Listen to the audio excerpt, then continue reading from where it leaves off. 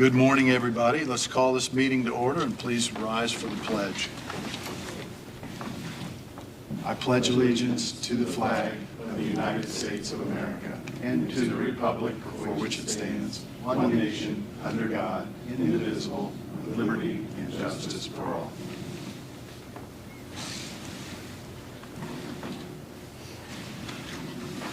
Mike Sharp, welcome. Thank you. Can you tell us about the bids from a couple weeks ago? Sure. So on liquid asphalt, we had 4 bidders. Asphalt materials came in at the low bid of $2.196 per gallon. That's 39.4 cents cheaper than what it was last year.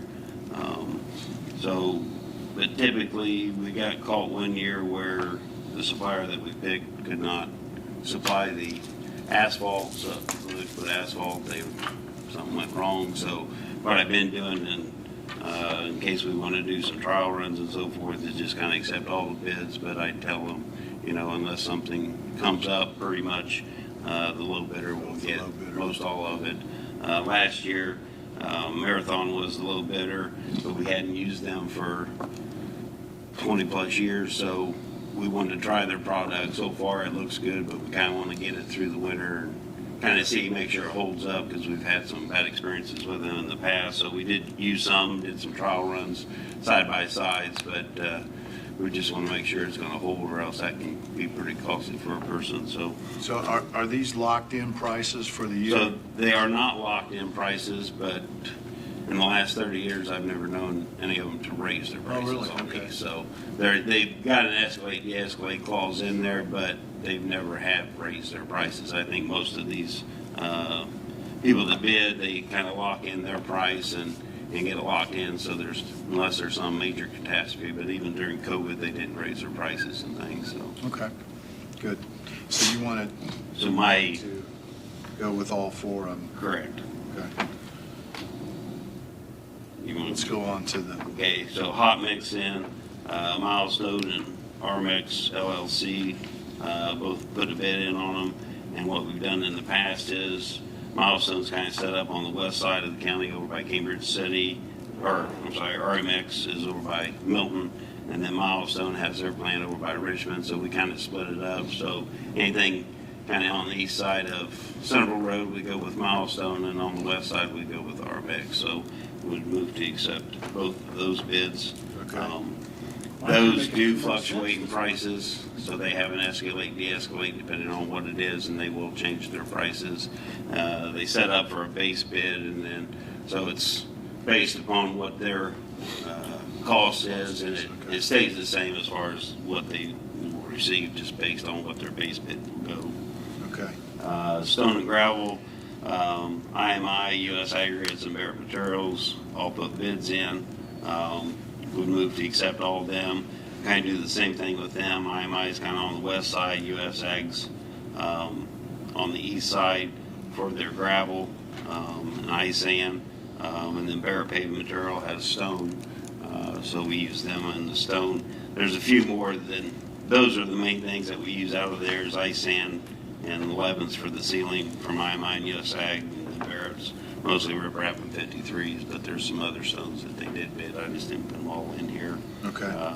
Prices didn't go up a whole lot. Barrett probably went up the most with about $1 a ton on their pricing. Okay. So again, you'd like for us to approve all 3 Approve of all those? those. Okay. Culvert pipes, and then I think on your second sheet is kind of more of a breakdown. They're a little different. We typically will buy culvert pipes once or twice a year. The way it's set up is Civicon is a set-in price, so their prices will not go up or down. They're locked in. St. Rita's and E3 Bridge both have put in an escalate, de-escalate clause into their contract. But as you can see, kind of in the yellow, St. Rita's for 30 inches and lower has the lower bid, and then E3 Bridge on 36-inch pipes to 72-inch pipes are lower on their end. So what we did last year, we kind of had the same thing.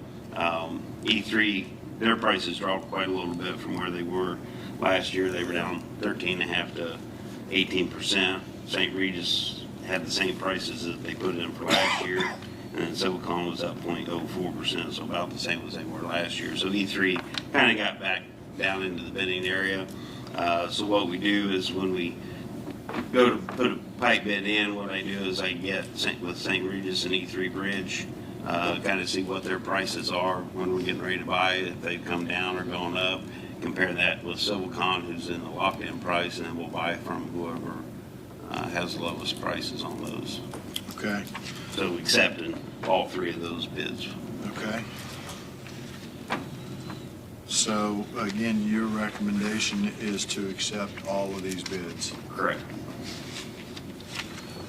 What's your pleasure, gentlemen? You gonna do that one, do the bid fuel separate then? I Yeah, think we it's should. coming up. Okay, move for approval to accept Mike's recommendations. I'll second that. We have a motion and a second on the asphalt, liquid asphalt, hot mix asphalt, stone and gravel, and culvert pipe to accept all Mike's recommendations. Any further discussion? Hearing none, all in favor of the motion signify by saying aye. Aye. Opposed, same sign. Motion carries. Okay, now on the gas. Now, on the fuel bids, the first one we'll do is the highway, for the highway bids. We buy that in bulk with, to fill out at the highway garage with the bulk tanks. Last year, we went with the flex price. Before last year, we've gone with all fixed pricing for probably 18 plus years or so. I think the only year that we did lose was in 2020 when COVID hit. We were set in prices, but you know the prices kind of tumbled during that year. Other than that, and I think we lost probably $15,000 or so. Before that, to date, we're probably over $1 million in savings by going in with fixed pricing. You never know what's going to happen. Looks like fuel prices have gone down and should keep continuing going down. So if you want to go with the flex pricing, the thing with fixed pricing is you kind of lock in that price, and these are the prices they turned in on the bid. So these are not set prices. So if we decide to go with the fixed pricing, I give them a call, see where the market's at. We lock it in wherever that's at, and it would be based upon where they are from the market. So we kind of do the same thing with them. I set up, I think it was December 3rd. They all base their prices off of December 3rd pricing, so we know where they were on that date. So Petroleum Traders had the low bid for the fixed pricing. The thing about fixed pricing is if you go ahead and lock in your price at that, for budgetary reasons, you know where you're kind of at for the whole year. We typically go a little less than what we will use, just because if you don't use all your gallons, if the price is lower than what you lock in, you don't have to pay nothing. But if the price goes up where you lock in, then you have to pay the difference between what you set in and what the current price is. You pay the difference on the unused gallons. So I typically go a little less on that for there.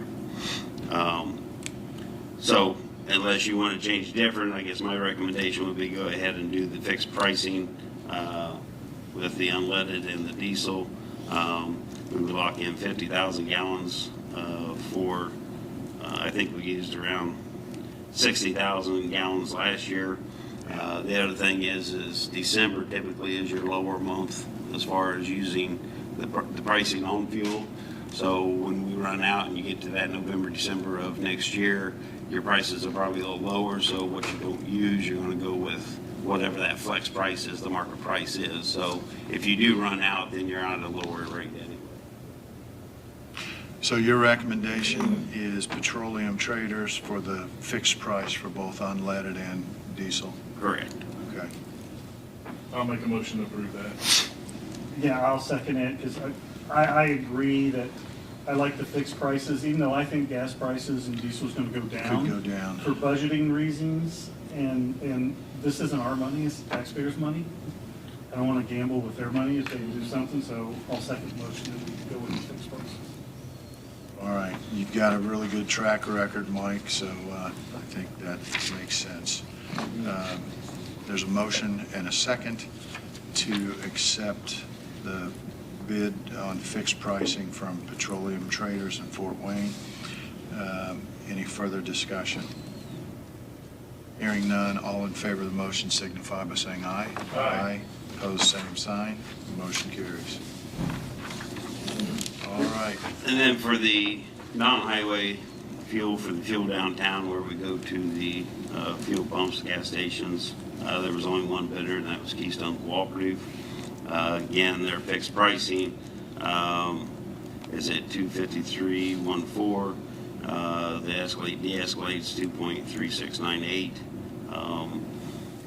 Looking at the gallons, it kind of throws us off a little bit. In 2024, we contracted 60,000 gallons. I think we were around 64,000 gallons in 23 is what we'd used. Last year, for whatever reason, they used 87,000 gallons when we set up the bid date. And to date, I just got the figures yesterday. It's written in red there. 73,769 thousand gallons is what they've used so far in 25. So why it jumped in 24, I'm not really positive, and then it kind of come back down. But probably I would look at maybe if we did lock in the price, go with like 67,000 gallons or something like that. That gives us a little leeway to make sure we don't have to pay at the end if you set up with the fixed pricing. All right, and what's your recommendation? My recommendation would be go with the fixed pricing again, just for budgetary reasons for the departments. We're still a lot lower than where we have been Right. set, so I think everybody's budget has enough built into their line items on their fuel to be able to hit this. So fixed pricing for 67,000 gallons, right? And then, didn't you tell me that if, we want to be on the low side because if we don't use it, they still charge us, correct? Right. So whatever If you we're do short, not then you use, go to- you pay the difference between, if the market is lower than where you set, it don't cost you anything. If the market is up, and you say you didn't use 5,000 gallons and the market's up by 5 cents, then you're gonna pay 5 cents on 5,000 gallons. Okay. I'll make a motion that we go with the fixed price. Second. We have a motion and a second to approve the fixed pricing from Keystone Cooperative for 67,000 gallons. Any further discussion? Hearing none, all in favor of the motion signify by saying aye. Aye. Opposed, same sign. Motion carries. Thanks, Mike. Anything else? Yep, the other thing I had was a request to hire. We did hire a mechanic for the garage. It was a truck driver that we currently had in position that we moved to mechanic's position, so Okay, so this you've would got a truck be, driver position. we have one truck driver position open now, and this would make a second truck driver position open for that. Okay. We have a motion to recommend Mike's request to hire for a truck driver position. So moved. Second. We have a motion and a second. Any further discussion? If not, all in favor of the motion signify by saying aye. Aye. Opposed, same sign. Motion carries. And this requires all three signatures.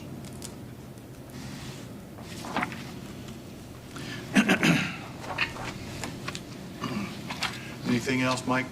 I had one other thing. So since Corona's come into effect, it always had been set up to where personal days would be transferred over to sick days. And then you would gain sick days throughout the year. But this year, on February 28th and March 1st, sick days was removed from a couple of employees out at the highway department due to they were over 90 days, I guess, at that point in time.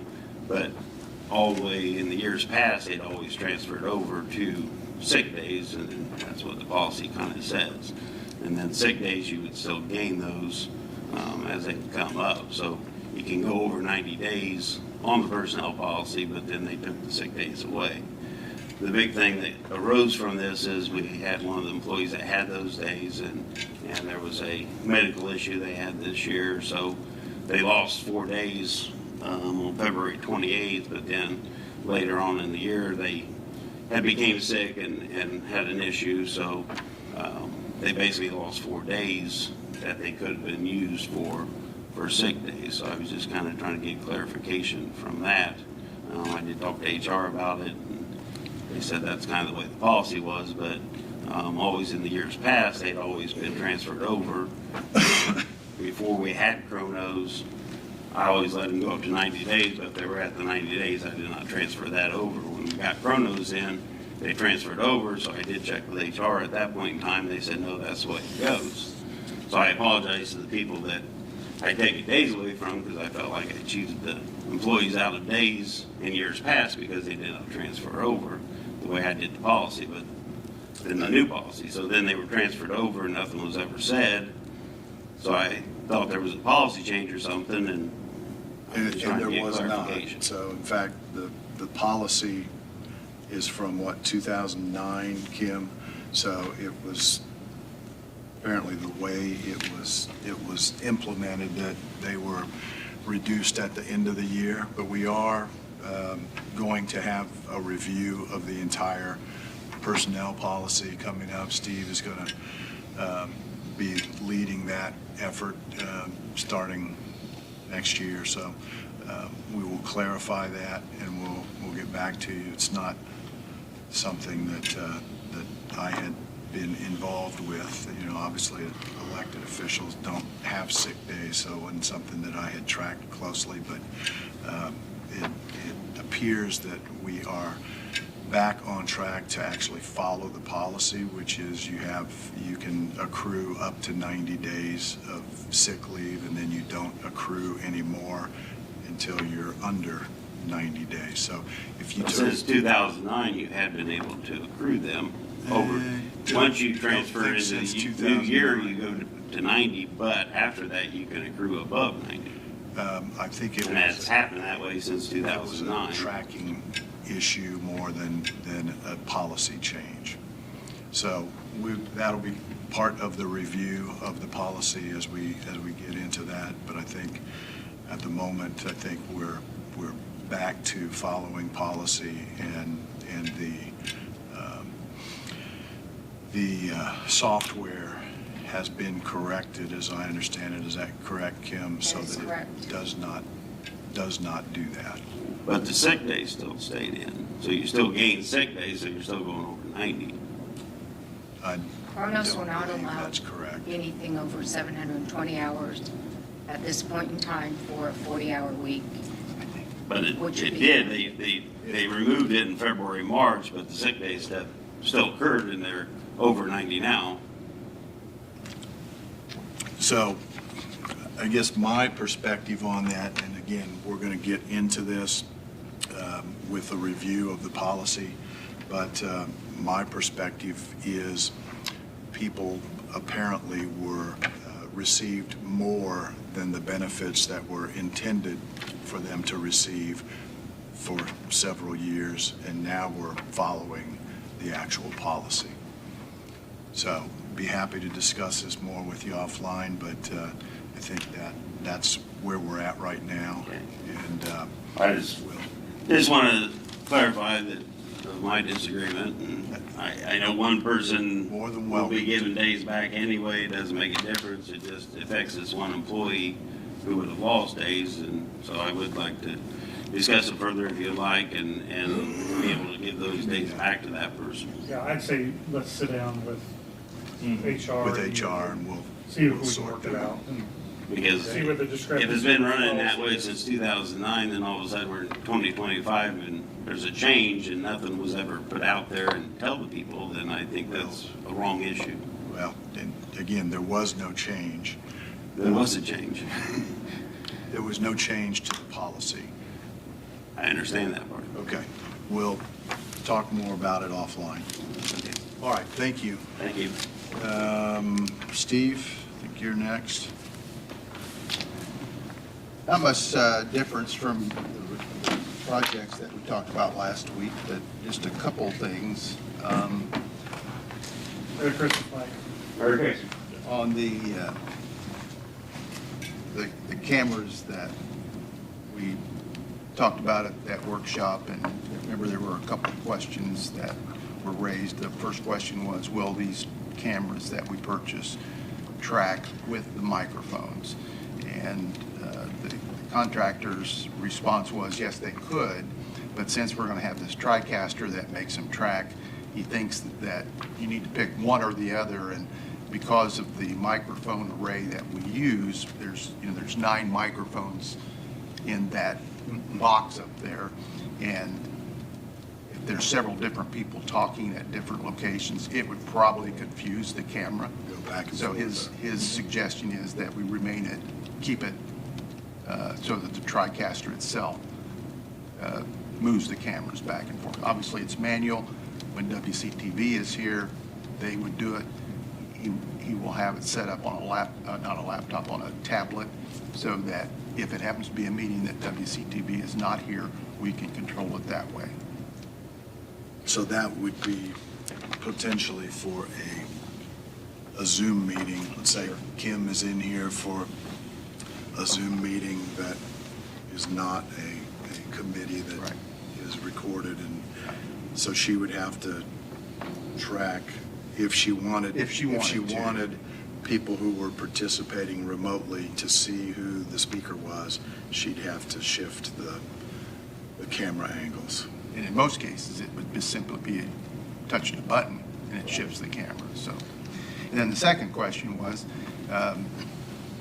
can there be a split screen if in fact someone is participating by Zoom and there's a document that needs to be displayed, and that's more of a software, it's a Zoom program issue rather than a camera issue. So yes, And that's been an issue in the past, I think. yeah, but where- it's not the camera issue. It's going to be a Zoom program issue, which he indicates there's some ways to do that, and we'll take care of that portion of it. But with respect to, I think it was Barry who asked the question, these cameras, it makes no difference. It's a Zoom issue. Yes. And so the Zoom can be programmed so that Yes. Anybody who's participating We can do a remotely split screen. would always have their, Yeah, apparently, you've seen this done. Sure. If the person, whoever is doing the invite has the controls, that, Correct. Yeah. So- Whoever's hosting the meeting. yeah. We just need to make sure that when we do a Zoom, whoever is the actual host and who controls that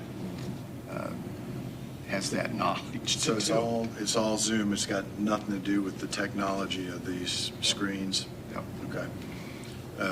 And Because I think for it to be a legal meeting, They have to and for be that seen. person remotely to participate, you have to see and hear them. Correct. And I don't think it can be they can't shut down their camera. It has to be not a picture, but a live image. That's right. Okay, so. And So- WCTV does know how to do that, and they can do that for us if that's. Yeah, that's the required point. for Yeah, it. if in fact it's a meeting that WCTV would be here, they would actually do that. And if it's not one that WCTV is filming, it's irrelevant. Correct. It's not a problem if we can't always see the participant. Correct.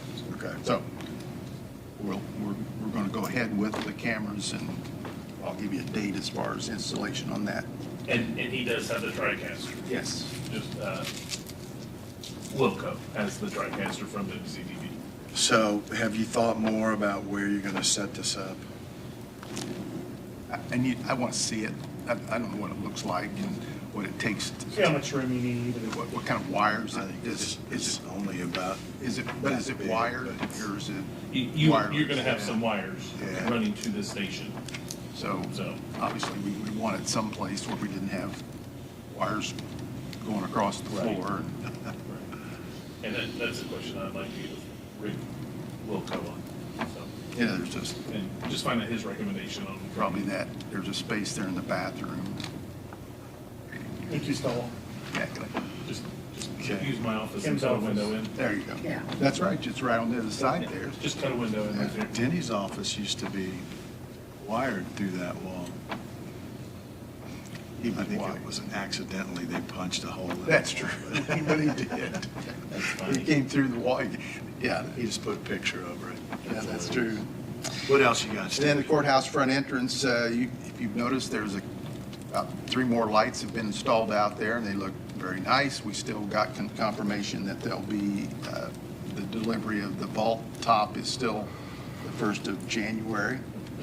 And then the courthouse elevator, talking with LWC, and I know you talked to the judges about this, but I think it would be, as we're getting closer to this, I think it would be good to meet with the judges again Okay. and get into a little more detail of what our needs are going to be, what their expectations would be.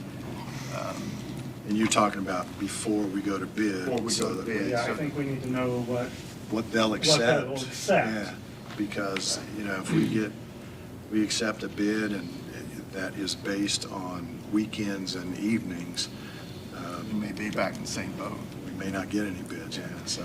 So sometime in January or February, if I could be a part of that, and Yes. we could have that meeting with the judges. And then the courthouse security entrance, I did indicate that I want those bid documents before the workshop in January so that we have time to review them, so that we can then present the potential estimate cost to council at that time. Okay. And then at the workshop last week, you had asked for, commissioners asked for, someone asked for the balances of the ARPA projects, and so that's on that sheet in front of you. So this is what is left in those particular projects that have not been expended as of December 19th, which was after the cutoff date for the claims. So just as you look down through there, the landscape front plaza project, remember that we've had a couple of change orders in that, so we're going to go beyond that number. And I would suggest, when you look at the annex generator, remember about 16,500 of that will not be expended. And so is that something we could transfer into another project? Yes. And So do you know how much we're going to, at this point, we're beyond the? I don't have that in front of me, but I'll have that Okay. to drill down. So left in the generator project, we still owe about $12,500. And remember, that's contingent upon some documents being delivered to us and a couple things being repaired. And we've not gotten the documents yet. Some of the things have been repaired, so we're still holding that money. The security prox guard system, that number is what the bid was on it, and that's exactly what the quote is. So we didn't have any change orders on that part of the project. Remember, we did add a computer, the additional computer for the photographs, et cetera, but we paid for that out of another pocket. And so this is done, this project is done. It's done. In fact, Bobby's already prepared the claim for this amount that'll be paid next year. Correct. Okay. The emergency towers, obviously, I'm not closely involved in those expenditures and tracking, so I don't know where that falls with what is still owed.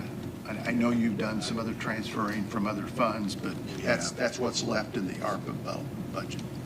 The Main Street revitalization, that's a total amount. I'll be giving you a breakdown hopefully by the next meeting, or if not that, by the next meeting, of each individual project of what's left on it. Some of them have been completed, but I'll give you a breakdown per project on that number. And the Whitewater Gorge, Jeff, that's So what we have funded is Phase 2. They're finishing up Phase 1 now, and I've talked to the head of the Parks Department as recently as this month, and she assures me that they're ready to move forward with Phase 2 in the new year, and that money will be expended in next year before the end of December, which is the target for ARPA funds. And then the armored vehicle for the Sheriff's Department. Brad, I would just simply suggest maybe just touching base with the sheriff, make sure the manufacturer is still, because It's been delayed I a couple understand. months, so Still thinking 2026? Yeah, it's Okay, going to be in 2026. I think January, February now. Okay. Because it was supposed to be October Right, right. of this year, and then it got delayed 2 or 3 months. So I think Okay. they're expecting to take delivery January, February. okay, good. So I'll double check that. And that's that on that.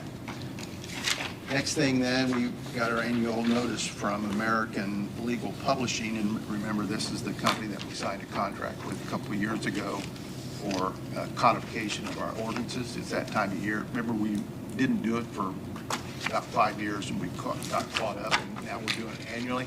You signed a contract in '24, a 5-year contract to do an annual update of our ordinances, and so they're calling for those ordinances. And remember, the cost is it's an annual hosting fee. You know, these are online, and they host that codification of our ordinances online. So that's $495 a year on the contract, and it'll be $1.95 per page for any updates that we submit to them. Are you ready to go forward with that? Yeah. Any idea how many pages we I have? don't have, I don't really think it's going to be, obviously, remember when we did update for the 5 years, we had several hundred pages. Quite a few, yeah. I don't. Shouldn't be that. It shouldn't I be wouldn't that many. think so. So if you're okay, we'll go ahead and Please. do that for the, Go forward and be prosperous. okay, I'll do that. And then the last thing I have is that our plan commission has been short the ag agent representation since Jonathan retired. And so now has been someone now appointed that serves in Wayne County. And they are Justin Curley is his name. And get this, you know where he lives? North of Hagerstown. About that. He bought But he's thinking about moving to Cambridge. Western Wayne. No, he bought a farm north of Hagerstown. He is from Pennsylvania. He's served in Jay County and Henry County as their ag extension agent. And now he's been assigned to Wayne County, and he will, So his office will be In our- here, but he will do work no, in the region. it doesn't say that he's doing region. It just says he is assigned, because the girl, the lady is still Right. the overarching. No, region. no, she's not. Oh, They got an this is email re- yesterday. Oh, really? Yeah. That's not the way the email I got was. Okay. Anyway, But- I think you're right, he'll be able to serve on Plan Commission, and his office will be in Wayne County, but he will be Okay. doing. But he work, lives in Wayne County, Yeah. and his office is in Which Wayne is- County. So that which is what qualifies him. qualifies him to be on the Plan Commission, right? So apparently he gets to start in January, and he'll get to start on the flood ordinance right away. There you go. And we don't need to make an appointment? No, or that's anything? Okay, it's that's their statutory. That's all I have. Okay, any questions for Steve? Kim Klauser, HR, Good morning. good morning. I sent an email to all 3 commissioners just to be able to avoid any HIPAA. But there is a request to have a carryover of 50 vacation hours that would be defined as a reasonable accommodation under FMLA.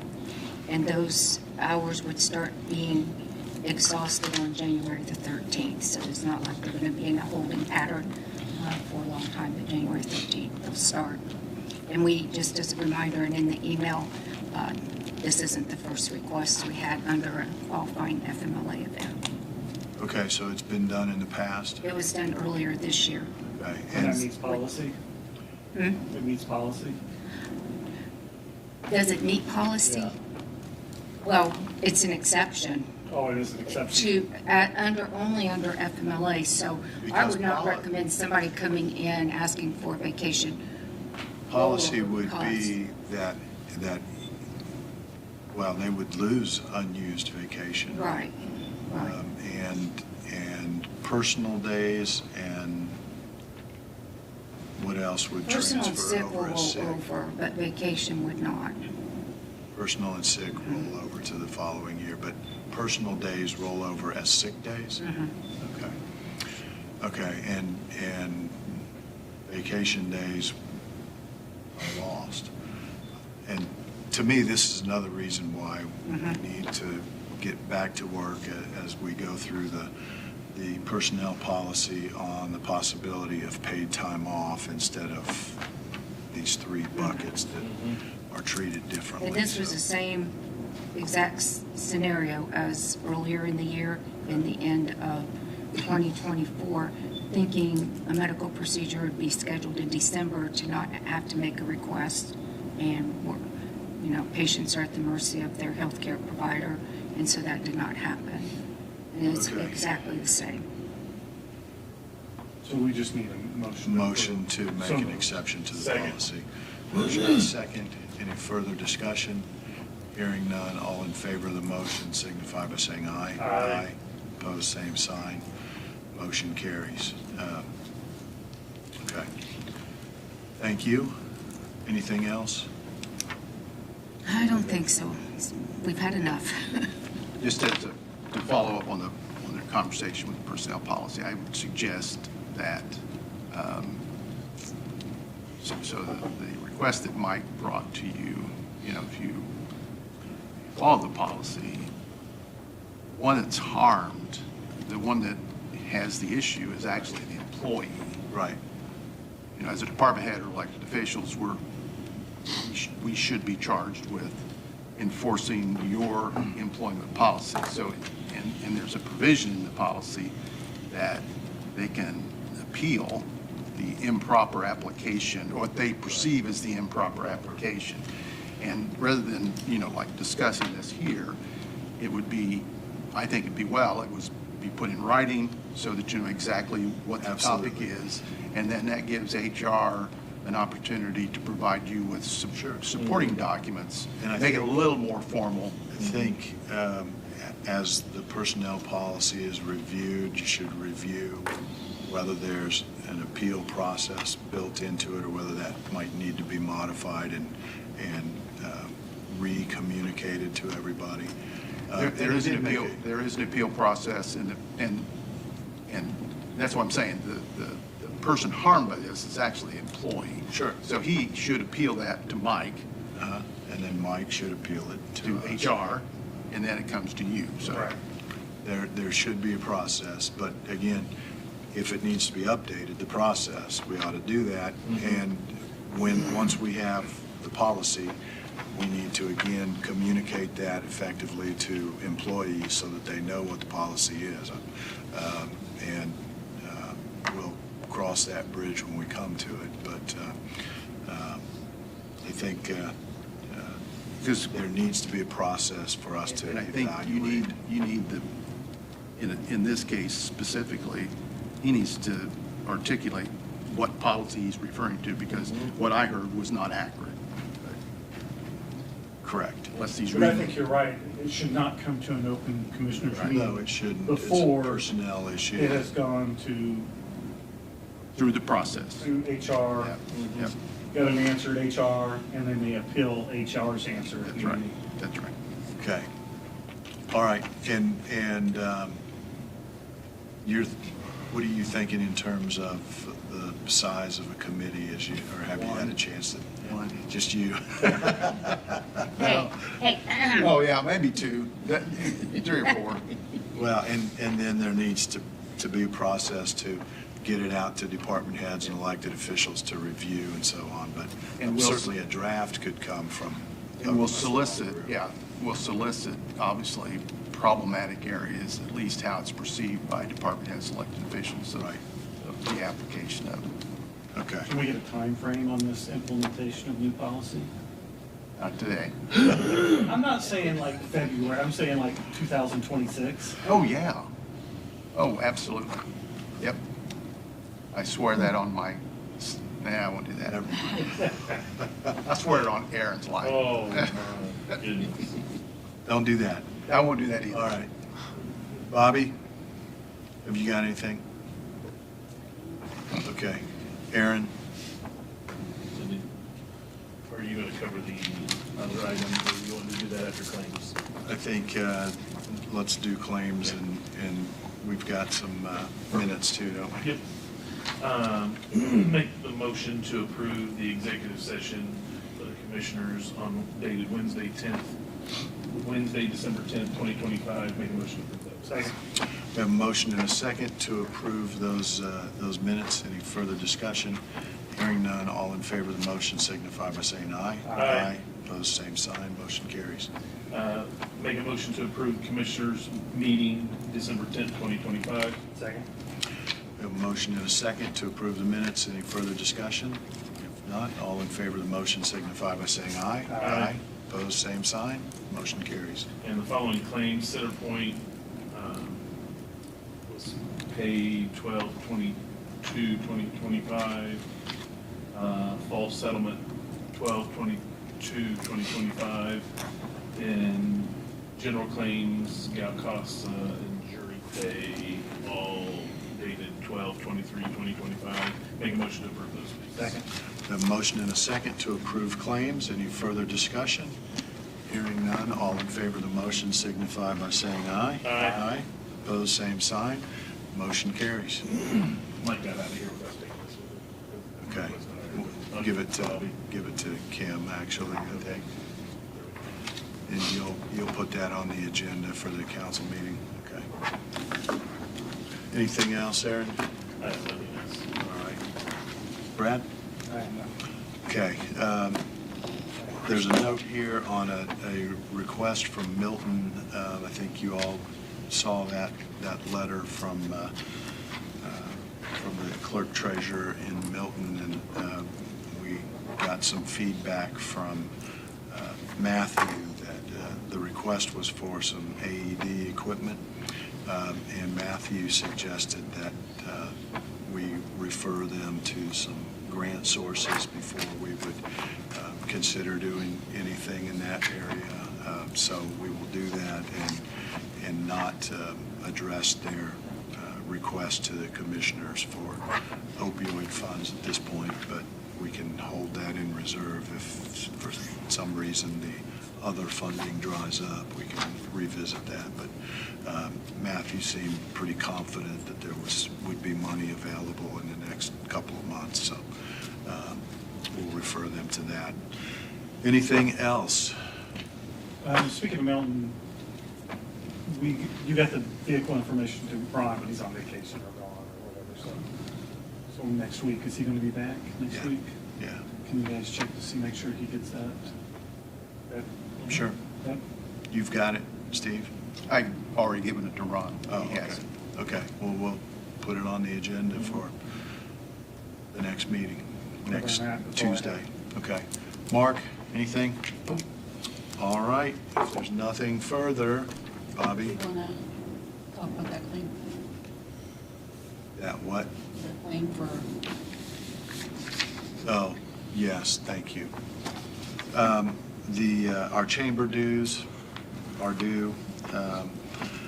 We have, in the past, there's a not-for-profit amount of, it's billed at, I want to say 25%, it might be 50% of what their normal for-profit businesses pay based on number of employees. So our chamber membership is $966. They ask for a voluntary 10% contribution for educational initiatives, their School is Cool things, and there are other educational initiatives, which would be $96.60. If we paid the total, it would be $1,062.60. I think there has been, we've kind of moved back and forth as to whether we pay that additional 10% or not to support those education programs.